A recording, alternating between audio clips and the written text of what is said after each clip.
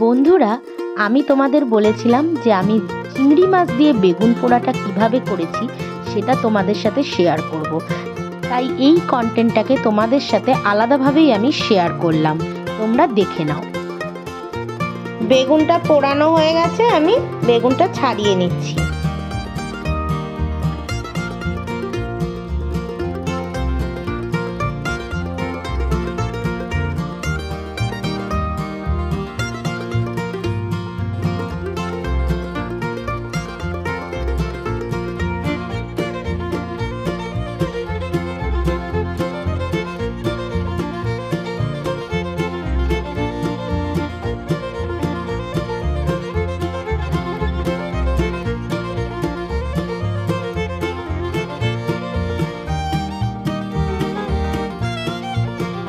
আমি চিংড়িগুলোকে একটু ভেজে নিচ্ছি, সামান্য হলুদ নুন দেব, দিয়ে ভাজবো।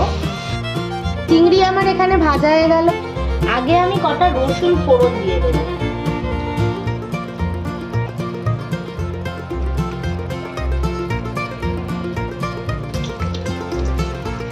রসুনগুলো একটু বাদামি বাদামি রং হয়ে গেছে, এবার আমি দিয়ে দেবো পেঁয়াজ।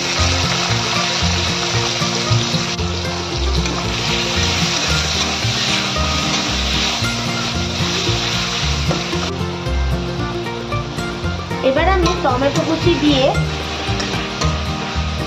দেবো একটু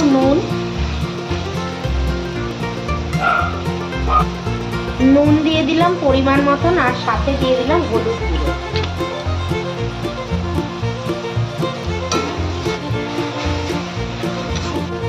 দিয়ে দিলাম একটু লাল লঙ্কা গুঁড়ো, কাঁচা লঙ্কা চিড়ে দিয়ে দিলাম। একটু ভাজা ভাজা হয়ে গেলে আর একটু পেঁয়াজটা মজতে হবে, তারপর আমি বেগুনটা দিয়ে দেব। এবার আমি পোড়ানো বেগুনটা দিয়ে দিলাম।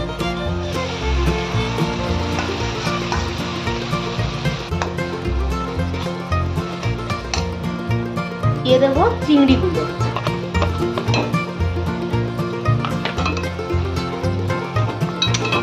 পুরোটাকে ভালো করে একদম খুন্তি দিয়ে ঘেটে দেব, যাতে খুব একটা বেশি গোটা গোটা কিছু না থাকে।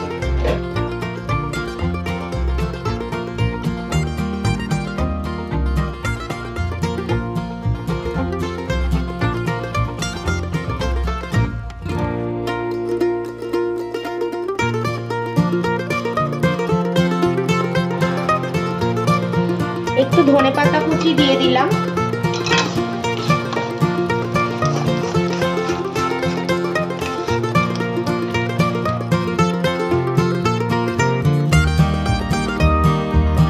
তাহলে আর দেরি কেন, এই শীতের দিনে পোড়া বেগুন চিংড়ি দিয়ে ভর্তা গরম ভাতে খেয়ে নিন তাহলে।